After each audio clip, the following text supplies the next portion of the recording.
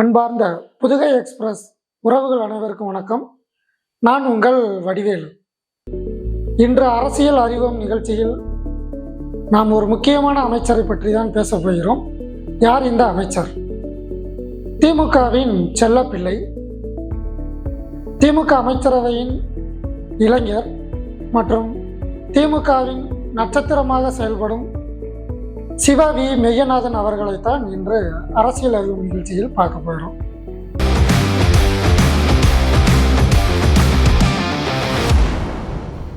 மெய்யநாதன் இவர் புதுக்கோட்டை மாவட்டம் ஆலங்குடி சட்டமன்ற தொகுதியிலிருந்து தேர்ந்தெடுக்கப்பட்டு வந்தவர் தான் மெய்யநாதன் அவர்கள்.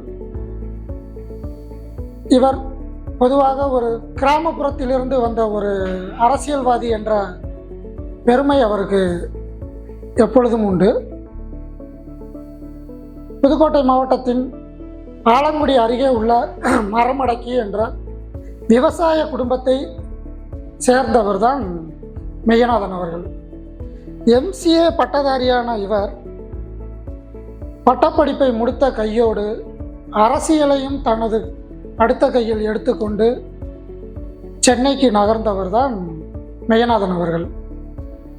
மெய்யநாதன் அவர்கள் எடுத்தவுடன் பெரிய ஒரு பதவியில் எல்லாம் வந்தவர் அல்ல.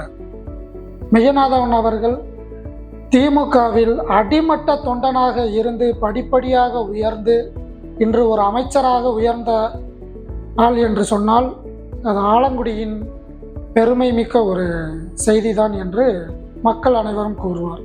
ஆம், அவர் கிளை செயலாளர் என்று ஒரு சிறிய பொறுப்பிலிருந்து படிப்படியாக உயர்ந்து ஒன்றிய செயலாளராகவும் ஒன்றிய சேர்மனாகவும் வலம் வந்து கொண்டிருந்தவர் தான் மெய்யநாதன். அவரது கட்சி பணியையும் மக்களுடன் அவர் ஒன்றுடன் ஒன்று கூடியிருந்த செயலையும் பார்த்து திமுக தலைமையகம் 2016ஆம் ஆண்டு அவருக்கு ஆலங்குடி சட்டமன்ற தொகுதியின் வேட்பாளராக அறிவித்தது. அந்த ஒரு சிறிய துடுப்பை எடுத்துக்கொண்டு அவர் சென்ற படகுதான் இன்று அவரை அமைச்சரவையில் வரைக்கும் கொண்டு சென்றுள்ளது என்று அனைவரும் அறியும் ஒரு விஷயம். 2016ஆம் ஆண்டில் அதிமுக வேட்பாளர் தன்னை எதிர்த்து போட்டியிட்டவரை எதிர்த்து 9000 வாக்குகள் வித்தியாசத்தில் வெற்றி பெற்று முதன்முறையாக சட்டமன்ற தொகுதிக்கு சென்றவர் தான் மெய்யநாதன் அவர்கள். அவர் சட்டமன்ற தொகுதிக்கு சென்ற போது திமுக ஆட்சியானது எதிர்க்கட்சியாகவே அமைய நேர்ந்தது. இருந்தாலும் மெய்யநாதன் அவர்கள் ஆலங்குடி சட்டமன்ற தொகுதியில் ஒரு சிறந்த சட்டமன்ற உறுப்பினர் என்ற பெயரை 2016 முதல் 2021ஆம் ஆண்டு வரை தக்க வைத்துக் கொண்டார். அதற்கு எடுத்துக்காட்டாக இவர் மக்களுடன் மக்களாக சேர்ந்து மக்கள் பணியை செய்ததே ஒரு பெரிய அரிதான நிகழ்ச்சி என்று மக்கள் அனைவரும் கூறுகின்றனர்.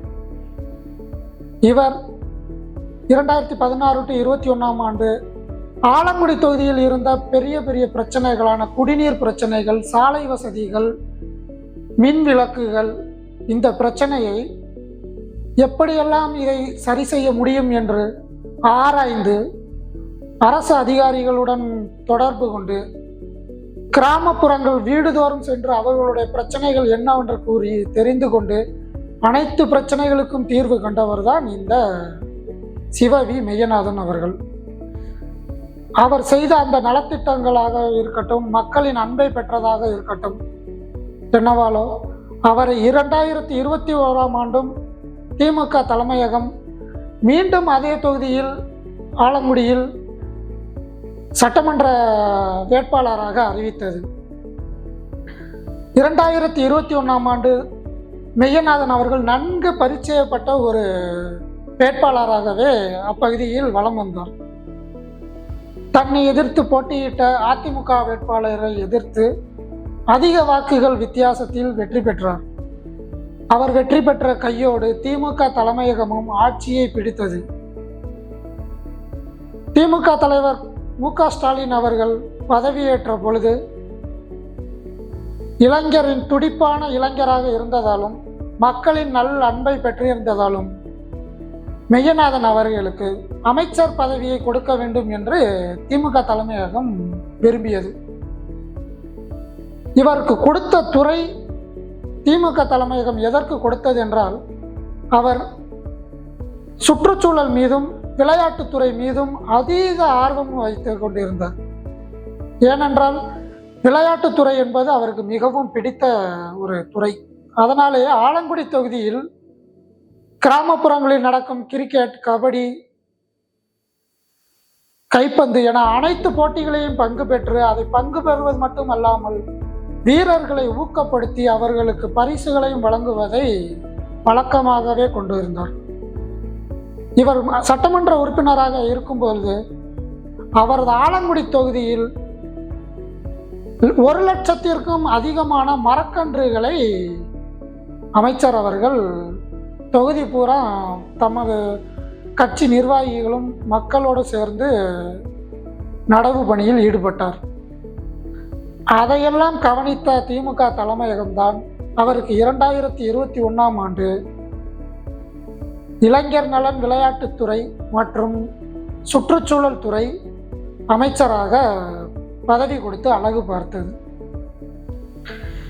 அவர் பழக்கப்பட்ட அந்த துறையானது ஆலங்குடி தொகுதியில் மட்டும் செய்த அந்த பணியை தமிழகம் முழுவதும் வலம் வந்தார்.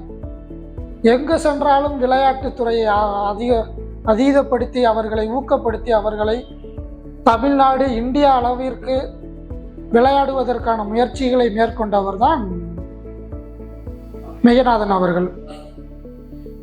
மெய்யநாதன் அவர்கள் மத்திய அரசு கொண்டு வந்த வேளாண் மசோதா சட்டத்தை அதை நிறுத்துவதற்காக புதுக்கோட்டையில் ஒரு கூட்டத்தை கூட்டினார்கள். அதில் தொடக்கம் முதல் இறுதி வரை தனி ஆளாக நின்று மத்திய அரசிற்கு எதிரான வேளாண் மசோதா திட்டத்தை நிராகரிக்க வேண்டும் என்று போராட்டத்தில் ஈடுபட்டதோடு அதை நிராகரிக்கவும் செய்து வெற்றி பெற்றவர் தான் அமைச்சர் சிவவி மெய்யநாதன் அவர்கள்.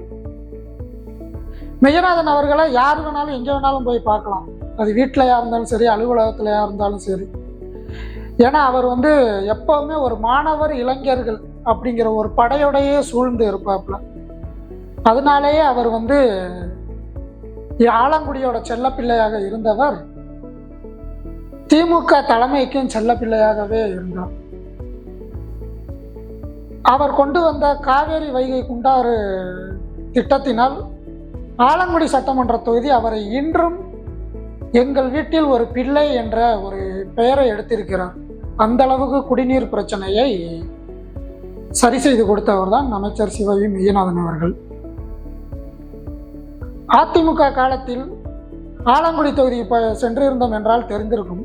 சாலை வசதிகள் அந்த அளவுக்கு ஒரு சரியாக இருந்திருக்காது. எங்கு பார்த்தாலும் குண்டும் குழியுமாக 15 வருடங்களுக்கு முன்பு போட்ட ஒரு சாலையாக அந்த கட்டத்தில் தான் ஆலங்குடி தொகுதி மக்கள் தினமும் அன்றாட வாழ்க்கையை அந்த சாலையில் பயணித்து கொண்டிருந்தார்.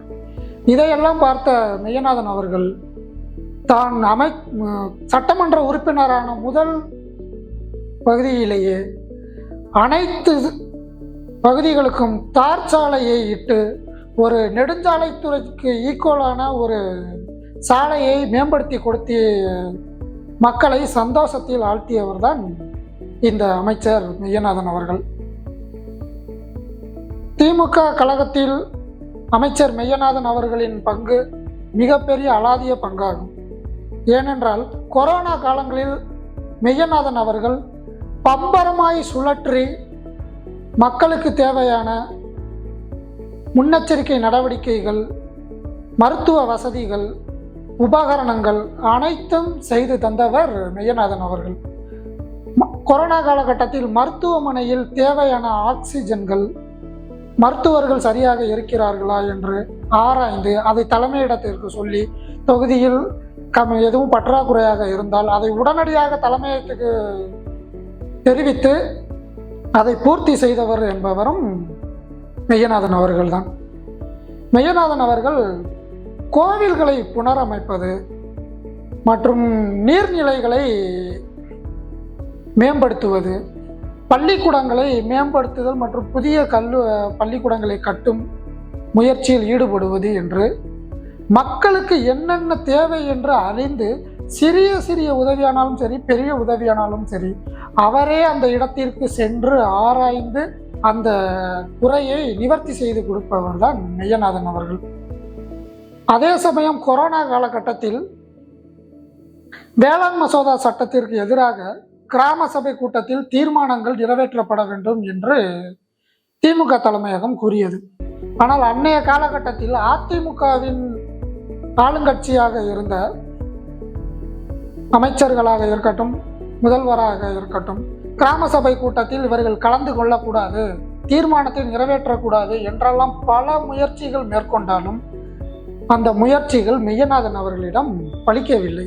ஏனென்றால் இக்கட்டான சூழ்நிலையிலும் கிராம சபை கூட்டத்தை நமது கட்சி தொண்டர்களுடனும் கிராமப்புற மக்களுடனும் இணைந்து கிராம சபை கூட்டத்தில் வேளாண் மசோதா திட்டத்தை தீர்மானத்தை எழுதி அதில் வெற்றியும் பெற்றவர் தான் அமைச்சர் சிவ வி மெய்யநாதன் அவர்கள்.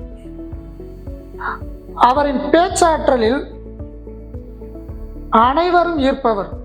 அப்படி ஈர்த்தவர் தான் எதிர்கட்சிகளாக இருக்கட்டும், அவர்கள் அனைவரும் தனக்கு தனது சொந்தமாகவே நினைப்பவர் மெய்யநாதன் அவர்கள். எதிர்கட்சியாக இருக்கட்டும், தனக்கு பிடிக்காதவராக இருக்கட்டும், எல்லோரிடத்திலும் அன்பாக பழகக்கூடியவர் அமைச்சர் மெய்யநாதன் அவர்கள். அதனாலே என்னமோ எதிர்கட்சிகளுக்கும் அவர் செல்லப்பிள்ளையாக வலம் வந்தார் அமைச்சர் மெய்யநாதன் அவர்கள். மெய்யநாதன் அவர்கள் அதற்கு அப்புறம் பிற்படுத்தப்பட்டோர் நலத்துறை அமைச்சராக அந்த இலாகாவை சென்று அதிலும் மிகப்பெரிய புரட்சிகள் செய்தார். அனைத்து மாவட்டங்களுக்கும் சென்றார். பிற்படுத்தப்பட்ட மக்களை நேரடியாக சென்று அவர்களது குறைகள் என்ன, அவர்களுக்கு என்ன தேவை, தமிழக மக்களுக்கு என்ன செய்ய வேண்டும் இந்த அமைச்சரவையிலிருந்து என்று ஆராய்ந்து அனைத்தையும் செய்து கொடுத்தவர் தான் மெய்யநாதன் அவர்கள். புதுகை எக்ஸ்பிரஸ் சேனல் மூலமாக நாம் ஆலங்குடி தொகுதியில் கருத்து கணிப்பை ஒன்றை எடுத்தோம். கருத்து கணிப்பை எடுத்த போதுதான் தெரிந்தது, ஆலங்குடி தொகுதி மக்களின் மனதில் மட்டுமல்ல, அவர்கள் அனைத்து வீட்டுகளிலும் ஒரு பிள்ளையாகவும் ஒரு நண்பராகவும் இருக்கிறார் என்று அறிந்தோம். ஆம், ஏனென்றால் செல்லக்கூடிய எல்லா வீட்டிலும் அவரது படம் தான், புகைப்படம். எங்கு சென்றாலும் மெய்யநாதன் அவர்கள் புகைப்படம். அந்த அளவுக்கு தனது பலத்தையும் அன்பையும் மக்கள் மத்தியில் வெளிப்படுத்தியுள்ளார் என்று கருத்து கணிப்பின் போது நாங்கள் கண்ட ஒரு நிகழ்ச்சி. தற்பொழுது சொல்லிக் கொண்டிருக்கிறார்கள், அமைச்சர் அவர்களுக்கு 2026 போட்டியாக இருப்பது அதிமுக அல்ல, தாவேகா தான் என்று கூறிக்கொண்டிருக்கிறார்கள். இதை கேட்கும் பொழுது ஆலங்குடி மக்கள் அவர்கள் சிரிப்பாலேயே பதில் சொன்னார்கள்.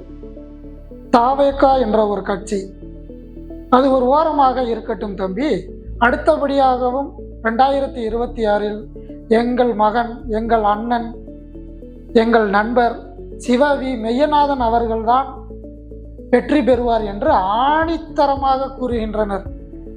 சிறு வயது குழந்தை முதல் பெரியவர் வரை. இதுதான் அங்கு ஆச்சரியம். மெய்யநாதன் அவர்கள் 2026 திமுக சார்பாக போட்டியிட்டால் ஆலங்குடி தொகுதியில் வெற்றி பெறுவாரா என்று கருத்து கணிப்பில் நிச்சயமாக அதிக வாக்குகள் வித்தியாசத்தில் வெற்றி பெறுவார் என்று மக்கள் கருத்து கணிப்பை தங்கள் முன்பு பகிர்கிறேன். நன்றி, வணக்கம்.